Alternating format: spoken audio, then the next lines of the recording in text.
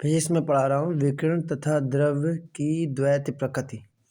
तो इसमें अगर ध्यान दोगे तो इसमें देखो पहले हमारा उत्सर्जित प्रकाश इलेक्ट्रॉनों की अधिकतम गतिज ऊर्जा E के बराबर क्या होता है, EV0। क्या होता है, EV0 होता है। E के बराबर क्या होता है, EV0 होता है। प्रकाश इलेक्ट्रॉन की ऊर्जा E के बराबर होता है HV माइनस का HV0। आइंस्टीन की प्रकाश वैद्युत समीकरण 1/2 mv² मैक्सिमम बराबर HV माइनस का V0। देखिए फार्मूला हो गया। फोटॉन की ऊर्जा E बराबर hv/sc/λ। H का मतलब होता है, जो H है हमारा वो है हमारा प्लांक नियतांक, और जो C होता है ये होता है प्रकाश का वेग। क्या होता है, प्रकाश का वेग। और लेमडा हमारी क्या होती है, तरंग दैर्घ्य। फोटॉन का संवेग P बराबर क्या होता है, HV/c बराबर H/λ। फोटॉन की तरंग दैर्घ्य लेमडा C/v H/p। फोटॉन का गतिज द्रव्यमान m बराबर HV/c² H/c λ। आगे बात सुन में, अगर हम बात करें यदि m द्रव्यमान का कण v वेग से गति कर रहा हो तब उससे संबद्ध दे ब्रॉगली तरंग दैर्घ्य की तरंग दैर्घ्य लेमडा बराबर H/p या H/mv। यदि कण का गतिज ऊर्जा k हो तब लेमडा बराबर H/2m k। यदि इलेक्ट्रॉन को v विभवांतर से त्वरित किया जाए तब उससे संबद्ध तरंग की दी ब्रॉगली तरंग दैर्घ्य लेमडा बराबर H/2mev बराबर 12 पॉइंट लगा यहाँ पर पॉइंट 12.27 √v/a। ये हमारा तो मान लो इसका वो हो गया। अगर इसके बाद अगर हम कोई बात करते हैं किसी और अन्य बातों को अगर हम लेकर आते हैं इसमें, तो देखो ध्यान से, अगर हम इनमें कोई सवाल उठाते हैं, कोई भी अगर हम सवाल लेते हैं तो इसमें आ जाओ, मान लो भी पर थ्योरी पे चलते हैं थोड़ा सा, कि प्रकाश वैद्युत कार्य फलन से क्या तात्पर्य है। प्रकाश वैद्युत कार्य फलन से क्या तात्पर्य, इसे IMP में डाल देना। कार्य फलन की परिभाषा लिखिए, ये भी एक ही बात है। दहलीज आवृत्ति में कार्य फलन में ऊर्जा संबंध बताइए, तो ये है उसका संबंध। ये तो वह न्यूनतम प्रकाश ऊर्जा जो किसी धातु पृष्ठ से इलेक्ट्रॉन उत्सर्जित करने के लिए आवश्यक होती है, उस धातु का प्रकाश वैद्युत कार्य फलन कहलाता है। सामान्यतः इसको W से व्यक्त करते हैं। W मतलब वर्क फंक्शन, ठीक है। W बराबर होता है HV0। अब इसका संबंध बताना है तो H बराबर, तो जो ये तुम्हारा HV/0 ये बदल कर हो जाएगा HC/λ। मतलब W बराबर HC/λ0। अब आता है प्रकाश वैद्युत प्रभाव में दहलीज आवृत्ति से क्या तात्पर्य है, इसकी क्या महत्ता है। दहलीज आवृत्ति से आप क्या समझते हैं, प्रकाश वैद्युत उत्सर्जन में दहलीज आवृत्ति से आप क्या समझते हैं, ये बात है। तो दहलीज आवृत्ति आपतित प्रकाश की वह न्यूनतम आवृत्ति है जो किसी धातु से प्रकाश इलेक्ट्रॉन का उत्सर्जन कर सके। इसे V0 से प्रदर्शित करते हैं। इससे कम आवृत्ति के प्रकाश से धातु से कोई प्रकाश इलेक्ट्रॉन नहीं निकलता, यही इसकी महत्ता है। क्या होता है, इससे जो कम आवृत्ति के प्रकाश से जो धातु होती है उससे कोई भी प्रकाश का इलेक्ट्रॉन नहीं निकलता। जब कोई प्रकाश का इलेक्ट्रॉन नहीं निकलेगा तो दहलीज आवृत्ति की यही महत्ता भी होती है, ठीक है। तो ये वाला क्वेश्चन बहुत ही अच्छा क्वेश्चन है। आई बात सुन बेटा। अब इसके बाद में आता है प्रकाश विद्युत उत्सर्जन का अर्थ समझाइए। जब किसी धातु पर उपयुक्त आवृत्ति का प्रकाश डाला जाता है तो उसके पृष्ठ से इलेक्ट्रॉन उत्सर्जित होते हैं। इन इलेक्ट्रॉनों को प्रकाश इलेक्ट्रॉन तथा इस घटना को प्रकाश वैद्युत उत्सर्जन अथवा प्रकाश वैद्युत प्रभाव कहते हैं। प्रकाश वैद्युत अब ये मान लीजिए वाला क्वेश्चन हो गया अपना। अब आता है देहली तरंग दैर्घ्य क्या है। देहली तरंग दैर्घ्य के बारे में पढ़ेंगे हम लोग, ठीक है। तो देहली तरंग दैर्घ्य के बारे में अगर हम पढ़ेंगे तो कैसे पढ़ेंगे, किसी धातु पर आपतित प्रकाश की तरंग दैर्घ्य का वह अधिकतम मान जिससे तरंग दैर्घ्य का प्रकाश धातु पृष्ठ से प्रकाश इलेक्ट्रॉन उत्सर्जित कर सके, उसके पृष्ठ से इलेक्ट्रॉन उत्सर्जित कर सके, देहली तरंग दैर्घ्य कहलाता है। इसे लैम्डा जीरो से प्रदर्शित करते हैं, लैम्डा जीरो से प्रदर्शित करते हैं। यह देहली आवृत्ति के संगत तरंग दैर्घ्य होती है। जो देहली आवृत्ति होती है उसके ये संगत तरंग दैर्घ्य होती है, अर्थात लैम्डा जीरो बराबर C/V0, जहाँ C प्रकाश की चाल अर्थात निर्वात में होती है। इसका मान भी होता है 3 × 10⁸ मीटर पर सेकेंड, ये इसका मान होता है। किसका मान होता है? ये निर्वात में प्रकाश की चाल का मान ये होता है। बात करते हैं हम डेविसन तथा जर्मर के प्रयोग से क्या निष्कर्ष प्राप्त होते हैं। पढ़ने को पढ़ सकते हो, ठीक है। क्वेश्चन, डेविसन तथा जर्मर विश्लेषण द्वारा यह ज्ञात होता है कि इलेक्ट्रॉन से संबद्ध तरंग दैर्घ्य का मान डी ब्रॉगली के अनुसार इलेक्ट्रॉन से संबद्ध तरंग दैर्घ्य के मान के समान होता है।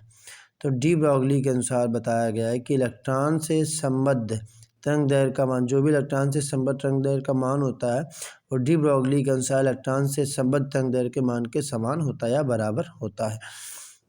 अब आते आते क्वेश्चन निरोधी विभव, ये भी ठीक क्वेश्चन है कि निरोधी विभव धन प्लेट पर लगाया गया वह न्यूनतम ऋणात्मक विभव होता है। जो निरोधी विभव होता है वो धन प्लेट पर लगाया गया वह न्यूनतम ऋणात्मक विभव होता है जो आपतित प्रकाश की किसी आवृत्ति के संगत कैथोड से उत्सर्जित सभी प्रकाश इलेक्ट्रॉनों को प्लेट तक पहुंचाने से रोकता है।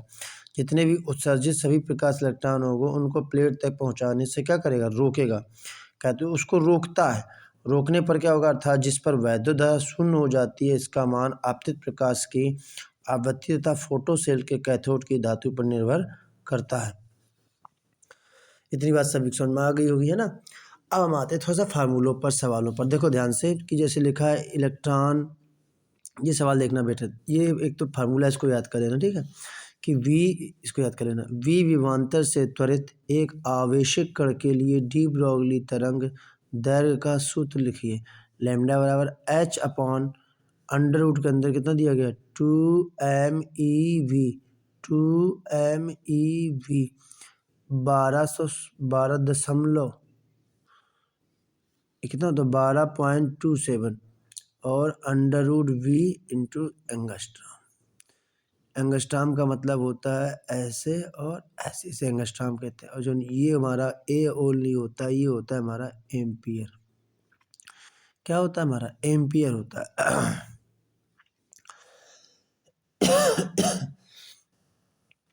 एम्पियर होता है बेटा। आगे बात समझे? तो हम इस सवाल को भी पढ़ते हैं, इस वाले सवाल को, इस वाले को, ठीक है। इसको भी लगाकर भी तुमको दिखाते हैं अभी कैसे लगाएंगे सवाल को, है ना। जैसे मान लो कि हमारा दिया गया इलेक्ट्रॉन सूक्ष्मदर्शी में त्वरक विभव का मान ज्ञात कीजिए जबकि इलेक्ट्रॉन का तरंग दैर्घ्य 1 एंगस्ट्रॉम है। जो तरंग दैर्घ्य है वो कैसा है? 1 एंगस्ट्रॉम है। कैसा है वो? 1 एंगस्ट्रॉम है। अगर हम बात करते हैं 1 एंगस्ट्रॉम की, तो अब हम सवाल बेटा लगाते हैं, ठीक है। सवाल को हम लगाते हैं, इसमें देखो 1 एंगस्ट्रॉम की बात करें, हम क्वेश्चन नंबर लगा रहे थे बेटा 12। जो भी मैंने क्वेश्चन तुम्हें दिखाया है मैं फिर से दिखाई दे रहा हूँ कि इस वाले क्वेश्चन को लगाना है अपने को 12 नंबर। ये तरंग दैर्घ्य इसकी बात चल रही, विभव का मान ज्ञात करना, ओके। अब हम इसको लगाते हैं 12 नंबर को। इसमें देखो दिया गया है कि लैम्डा का मान दिया गया है 1 एंगस्ट्रॉम। तो लैम्डा बराबर हो जाएगा 1 × 10⁻⁻10 मीटर। 10⁻⁻10 आ गया। अब फार्मूला होता है लैम्डा बराबर होता है H/P, अर्थात H/अंडर रूट के अंदर 2 Me और V। अब देखो हमें ओनली लैम्डा का मान पता है, बाकी इसमें किसी का मान नहीं हमको पता है। तो हम किसी का मान पता नहीं है तो सबसे पहले नंबर में मान पता करने पड़ेगा। मान किसके किसके? देखो अब H की बात करें, H का मान होता है 6.6 × 10⁻⁻34। फिर इसकी बात अगर हम बात करते हैं कि अब आता है m का मान बताइए, तो m की वैल्यू होती है 9.1 गुणा 10 की पावर माइनस का 31 किलोग्राम। इसके बाद में अब आता है बात ई की। ई का मान होता है 1.6 गुणा 10 की पावर माइनस 19 कूलम। ठीक है, अब सबके मान रख देंगे। लेमडा का मान है 1 गुणा 10 की पावर माइनस का 10 बराबर एच का मान है 6.6 गुणा 10 की पावर माइनस का 34 बटे अंडर लगा लो। आ गया 2 गुणा 9.1 गुणा 10 की पावर माइनस का 31 गुणा 1.6 गुणा 10 की पावर माइनस का 19 इंटू वी। वी का मान निकालना है अपने को। अब मान तो निकालना है, अब इसको हल कैसे करेंगे, तो देखो ध्यान से कि ये जितनी भी वैल्यू है वो सब किसके पास जाएगी, इसके पास जाएगी। जाएगी नहीं जाएगी, बिल्कुल जाएगी बच्चों। तो अगर हम इसमें एक लगा सकते हैं नियम कि दोनों पक्षों में क्या कर दो, पहले वर्ग कर दो। दोनों पक्षों में वर्ग करने पर, क्या करने पर, वर्ग करने पर, दोनों पक्षों में वर्ग कर देंगे हम लोग। दोनों पक्षों में वर्ग करने पर वर्ग की बात आती है। दोनों पक्षों में वर्ग करने पर, अब दोनों पक्षों में वर्ग करेंगे तो हो जाएगा 1 गुणा 10 की पावर माइनस 10 की पावर 2 बराबर। अब इसकी बात करें, इस पर कर देंगे वर्ग। इस पे लिखेंगे 6.6 गुणा 10 की पावर माइनस का 34 बटे ये हो जाएगा रूट नीचे हो जाएगा ऐसे 2 गुणा 9.1 10 की पावर माइनस का 31 गुणा 1.6 मल्टीप्लाई 10 की पावर माइनस 19 इंटू वी पूरे की मल्टीप्लाई कितना हो जाएगा, स्क्वायर। तो इसका स्क्वायर करोगे बेटा,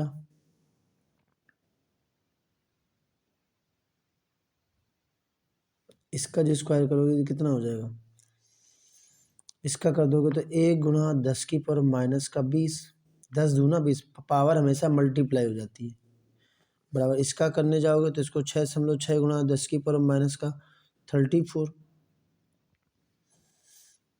पावर, इसका 2 बना लो, अभी 2 रहने दो, और इसका ये पावर से ये रूट हट जाएगा तो आ जाएगा 2 गुणा 9.1 इंटू 10 की पावर माइनस का 31 इंटू 1.6 गुणा 10 की पावर माइनस का 19 इंटू कितना हो जाएगा वी। हट गया इसका, इसका ये स्क्वायर से इसका रूट हट गया। हमें चाहिए वी का मान, तो वी इधर ले आओ और इसको इधर ले लो, तो वी इधर कर दो, बाकी इसको नीचे रख दो, तो वी बराबर आ जाएगा 6.6 गुणा 10 की पावर माइनस का 34 पावर 2, इसको 2 बार लिख दो, 6.6 गुणा 10 की पावर माइनस का 34 बटे वी का मान हमें चाहिए, तो वी को इधर भेज दिया, इसको उठाकर इसके नीचे रख दो, तो 2 मल्टीप्लाई 9.1 गुणा 10 की पावर माइनस का 31 1.6 गुणा 10 की पावर माइनस का 9 ये था, ये और आ गया, तो 1 गुणा 10 की पावर माइनस का 20, तो v बराबर इतना आ गया। अब ऊपर अगर हम गुणा करा दें, अब देखो ध्यान से अगर देखोगे तो बात समझ में आ जाएगी, क्योंकि अब यहाँ पर मल्टीप्लाई का खेल होने वाला, ठीक है। तो इसका अगर आपन 60.6 का हम गुणा कराते हैं आपस में, तो हमारा बनता है 435.6 मल्टीप्लाई, ठीक है। और इनका इनका अगर हम करते हैं, इन सभी का अगर हम करते हैं तो ये बन जाएगा, इनको माइनस में पावर जुड़ जाए तो 10 की पावर माइनस कितना हो जाएगा, 68 हो जाएगा बेटा। अब इसका गुणा इसमें कराएंगे, इसमें कराएंगे, इनका सबका गुणा कराते हैं तो आ जाता है 19.12 गुणा 10 के बाद 31 है। अब देखो सारे माइनस में, तो -20 इसमें जुड़ जाएगा, कितना हो जाएगा 51, 51 में फिर 9 जोड़ देंगे, अगर 51 में 119 जोड़ते हैं तो हमारा आता है 910 और ये 6 7 17 70 आ जाएगा, माइनस का 70, ओके। हमारा आ जाएगा माइनस का 70, ठीक है। अभी पॉइंट हटाओगे, ये पॉइंट देखो 2 अंक इसमें भी हैं, 2 अंक इसमें भी है, तो पॉइंट हट गया हमारा। पॉइंट हटने के बाद में हमारा क्या होगा, पॉइंट हट गया, पॉइंट हट गया, पॉइंट हट गया। अब हम लेंगे v बराबर 356 मल्टीप्लाई 2912, हमने ले लिया 2912 ले लिया। अब ये जो पावर है ये कहाँ चली जाएगी, ऊपर चली जाएगी, तो ये हो जाएगा 10 की पावर माइनस 68 मल्टीप्लाई 10 की पावर 70, इसको काटेंगे तो जाएगा 2 जाएगा 1 बार और ये जाएगा 5 बार, पी की वैल्यू आ जाएगी 1.5 गुणा 10 के बाद, इसमें से 2 कम हो जाएंगे, 2 बचेगा, इसमें आ जाएगा वोल्ट। ये हमारा रियल आंसर इसका निकल कर सामने आ गया बेटा। तो ये इसके आंसर है, रियल आंसर। ओके, अभी आपको समझ में आया होगा। अब हम थोड़ा एक और दूसरा सवाल दिखाते हैं। जैसे मान लो ये दिया गया है, इस सवाल की बात करते हैं। एक इलेक्ट्रॉन 0.5 मीटर पर सेकेंड की चाल से गतिमान है, इसके संबद्ध डी ब्रोगली तरंग ज्ञात कीजिए। आगे बात समझ में। तो इसको हम कैसे लगाएंगे, देखो v का मान कितना दिया, 0.5 गुणा 10⁻³ मीटर पर सेकेंड। लेमडा का मान निकालना अपने को है, तो फॉर्मूला लगाएंगे लेमडा बराबर h/mv। h का मान तो यही रहता है 6.6 गुणा 10⁻⁻34, और इसका गुणा ये m की बात करता है, m ये जो m दिया गया है m का मान ये होता है, v का मान कितना दिया है, इतना दिया है। सारे मान रखकर इसको हल करते हैं। अब देखो कैसे करते हैं, अब ये तुम्हें दिखाते हैं यहाँ पर। तो सवालों को लगाने सबसे पहले क्या होता है कि इनके मान पता होने चाहिए। मान अगर अपने को पता है तो सवाल लगाने में बहुत आसानी। अब जैसे मालूम तुम्हें बताते हैं, ये 13 नंबर इसमें सवाल था, तुम लोग देख लेना बच्चों, तुमको मिल जाएगा कहाँ पर है। तो v बराबर आ जाएगा 0.5 गुणा 10⁻, कितना दिया गया, माइनस का नहीं प्लस का 3 है, तो इसमें दिया गया मीटर पर सेकेंड, ये सवाल दिया गया। तो अब इसमें हमें दिया गया, तो अब h का मान कितना दिया होता है, 6.6 गुणा 10⁻⁻34 मीटर हो जाएगा। इसके बाद में अगर इसकी बात करते हैं, m की बात करते हैं, तो इसका आ जाएगा 9.1 गुणा 10⁻⁻31 कर दिया। अब हम लगाना लेमडा बराबर क्या हो जाएगा, h/mv हो जाएगा। h/ कितना हो जाएगा, mv हो जाएगा। तो h की वैल्यू कितनी है, 6.6 गुणा 10⁻⁻34 आ गया बटे, अब ले लेंगे 9.1 गुणा 10⁻⁻31 गुणा 0.5 गुणा 10⁻3, ये ले लिया। इस पॉइंट से ये वाला पॉइंट हट जाएगा, और इस पॉइंट से ये वाला पॉइंट ऊपर बढ़ जाएगा। अब आ जाएगा लेमडा बराबर 60 गुणा 10⁻34। 5 का मल्टीप्लाई कराओगे 1 में तो 5 आएगा, फिर 5 का गुणा कराओगे 9 में, कितना आ जाएगा, 45 आ जाएगा। ये ऊपर चले जाएंगे, 31 ऊपर जाएगा तो काय हो जाएगा प्लस का, ये 3 ऊपर जाएगा तो काय हो जाएगा माइनस का।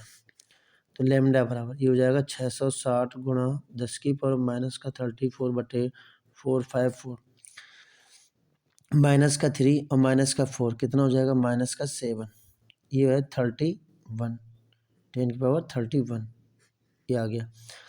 तो इनको आपस में हम लेस कर देंगे, इसको भाग लगा दो इसमें, तो जब भाग लगाओगे लेमडा का मान जाएगा 1.4, इसका डिवाइड करोगे 1.45 जाएगा। अब इसका इसमें घटाओगे कितना जाएगा, 10⁻⁻, का इतना बचेगा 6। अब हमें इसे लेमडा को एंगस्ट्राम में बदलना है। ये तो अभी मीटर में निकला है, ये भी रियल आंसर ही है, कोई दिक्कत नहीं, ये भी यहाँ तक छोड़ दोगे तो कोई दिक्कत नहीं है बेटा। अगर हम इसको और आगे करना चाहें तो 1.45 गुणा 10⁻⁻6 में लाना, तो वो हम इसमें क्या करेंगे, 10⁻⁻6 था, इसमें हम 10⁻⁻4 और 10⁻+4 इतने का गुणा कराएंगे। ये दो वैल्यू का गुणा कराते हैं इसमें, इसको एंगस्ट्राम बनाने के लिए। तो लेमडा बराबर अब 1.45 गुणा ये 10⁻4 है, तो इसको हम लिखेंगे 4 बार 0, और ये 6×4 कितना हो जाएगा 10। तो एक 10⁻−10 जो होता है वो हमारा क्या होता है, एंगस्ट्राम होता है। इसका गुणा कराएंगे तो ये बन जाएगा 154 × 20।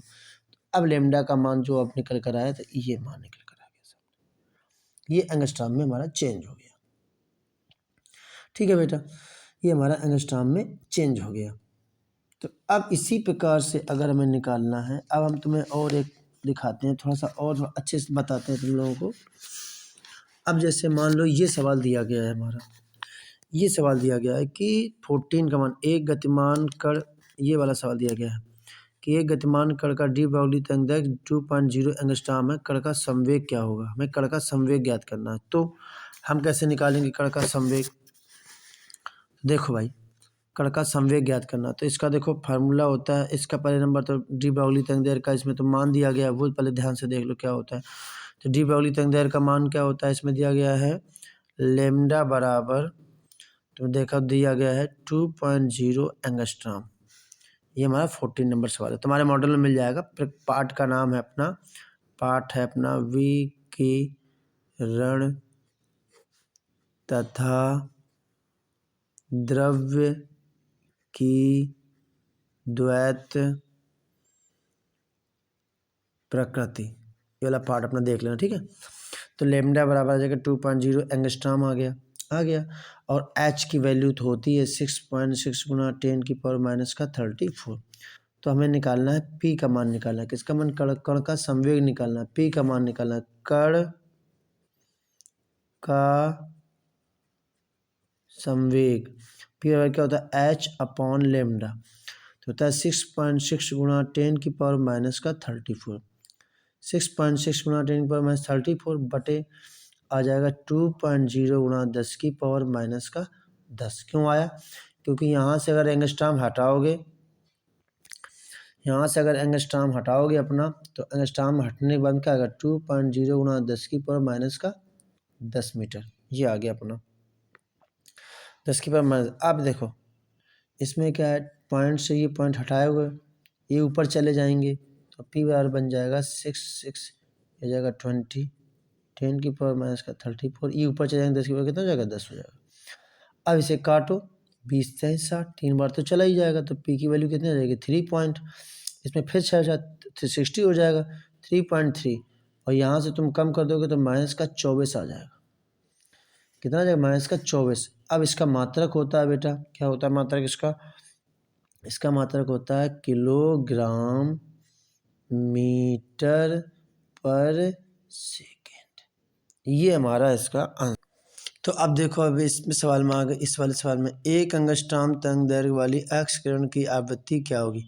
उसने पूछा है कि एक अंगस्ट्राम तरंग दैर्घ्य वाली एक्स किरण की आवृत्ति क्या होगी, हमें आवृत्ति निकालनी, वी का मान निकालना है। तो वी का मान निकालना है अपने को, तो अब हम इसको सवाल 17 नंबर सवाल था, इसको लगाते हैं। एक अंगस्ट्राम की बात कर रहा, कितने की, एक अंगस्ट्राम की बात कर रहा। तो इसमें एक अंगस्ट्राम की बात कर रहा ना, तो अब हम लेमडा का मान लिखेंगे, लेमडा का मान कह रहा है 1 एंगस्ट्रॉम, ऐसे मान लो, तो 1 गुणा 10⁻⁻10 मीटर। आगे बात सुन में, और सी का मान होता है 3 गुणा 10⁸ मीटर पर सेकेंड। हिंदी इंग्लिश दोनों में लिख सकते हैं, कोई प्रॉब्लम नहीं होती है। हमें निकालना है वी बराबर सी अपॉन लेमडा, वी बराबर सी अपॉन लेमडा। लेमडा सही नहीं बना अपना, लेमडा। तो अब सी का मान है 3 गुणा 10⁸ बटे 1 गुणा 10⁻⁻10। अभी ऊपर चला जाएगा, अभी ऊपर जाएगा तो आ जाएगा 3 गुणा 10⁸, ऊपर जाएगा तो काय हो जाएगा, प्लस का, तो गुणा करा दोगे तो 3 गुणा 10⁻, कितना बन जाएगा, 18। 3 गुणा 10⁻ कितना बन जाएगा, 18, और 18 बन जाएगा तो इसको क्या कहेंगे हम लोग, हर्ट्ज। हर्ट्ज को चाहो तो HTZ लिख सकते हो, या ऐसे भी लिख सकते हो, हर्ट्ज, ऐसे भी लिख सकते हो। तो इस प्रकार से अपने को पढ़ना है। आगे बात, अब देखो बेटा, ये सवाल दिया गया कि ये सवाल है, दिखाइए कि विद्युत चुम्बकीय विकिरण के तरंग दैर्घ्य इसके फोटॉन के डी ब्रॉगली तरंग दैर्घ्य के बराबर होती है। ये क्वेश्चन बहुत ही अच्छा 2 नंबर में पूछा जा सकता है, 1 नंबर में, कि दिखाइए कि एक विद्युत चुम्बकीय विकिरण के तरंग दैर्घ्य इसके फोटॉन के डी ब्रॉगली तरंग दैर्घ्य के बराबर होती है। अब अपने को इसी को हल करना है, ठीक है। तो ध्यान से देख लिया क्वेश्चन सभी ने, क्वेश्चन सभी ने देख लिया ध्यान से। अब हम इसको आगे लगाते हैं, ठीक है बेटा। ये हमें निकालना है इसका। क्वेश्चन कह रहा है कि दिखाइए कि विद्युत चुम्बकीय विकिरण के तरंग दैर्घ्य इसके फोटॉन के डी ब्रॉगली तरंग दैर्घ्य के बराबर है या नहीं। अब हमको ये पता करना है। अब हम कैसे पता करेंगे, तो वो कह रहा है कि दिखाइए कि विद्युत चुम्बकीय विकिरण के तरंग दैर्घ्य इसके फोटॉन के डी ब्रॉगली तरंग दैर्घ्य के बराबर होती नहीं होती। अब कैसे लिखेंगे, वी,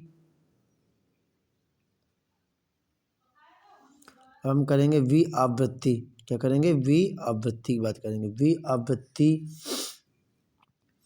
वी आवृत्ति। अब इसको सही से लिखते हैं, तो इसको लिखेंगे वी आवृत्ति, ओके। वी आवृत्ति के विद्युत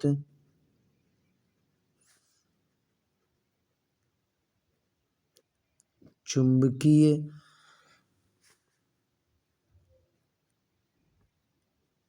विकिरण की तरंग दैर्घ्य क्या हो जाएगा, लेमडा बराबर सी अपॉन वी। लेमडा बराबर कितना हो जाएगा, सी अपॉन वी। समीकरण नंबर फर्स्ट। अब लिखेंगे हम लोग यहाँ से फोटॉन की डी ब्रॉगली तरंग दैर्घ्य लेमडा बराबर एच अपॉन पी डैश। हो गया। अब हम P बराबर रखेंगे एच वी अपॉन सी, चूँकि हम जानते हैं कि P बराबर क्या होता है, एच वी अपॉन सी। तो लेमडा डैश बराबर हो जाएगा, एच की जगह आ जाएगा हमारा एच वी अपॉन सी। तो ध्यान से देखो, एच से एच खत्म हो गया, ठीक है। तो ये सी कहाँ चला जाएगा, ऊपर चला जाएगा। तो ये हो जाएगा लेमडा डैश बराबर हो जाएगा सी अपॉन वी। यहाँ ले देंगे समीकरण नंबर फर्स्ट से। समीकरण नंबर क्या कर देंगे, फर्स्ट से कर देंगे। तो लेमडा डैश बराबर हो जाएगा सी अपॉन वी, किसका मान है, लेमडा का मान। तो लेमडा डैश बराबर क्या आ जाएगा, लेमडा। लेमडा डैश बराबर क्या आ जाएगा, लेमडा आ जाएगा, अगर लेमडा। तो ये हमारा इसका बराबर निकल आया। ठीक है ना बच्चों, लाइक कर दो, शेयर कर दो, सब्सक्राइब कर दो, धूम मचा दो। ओके।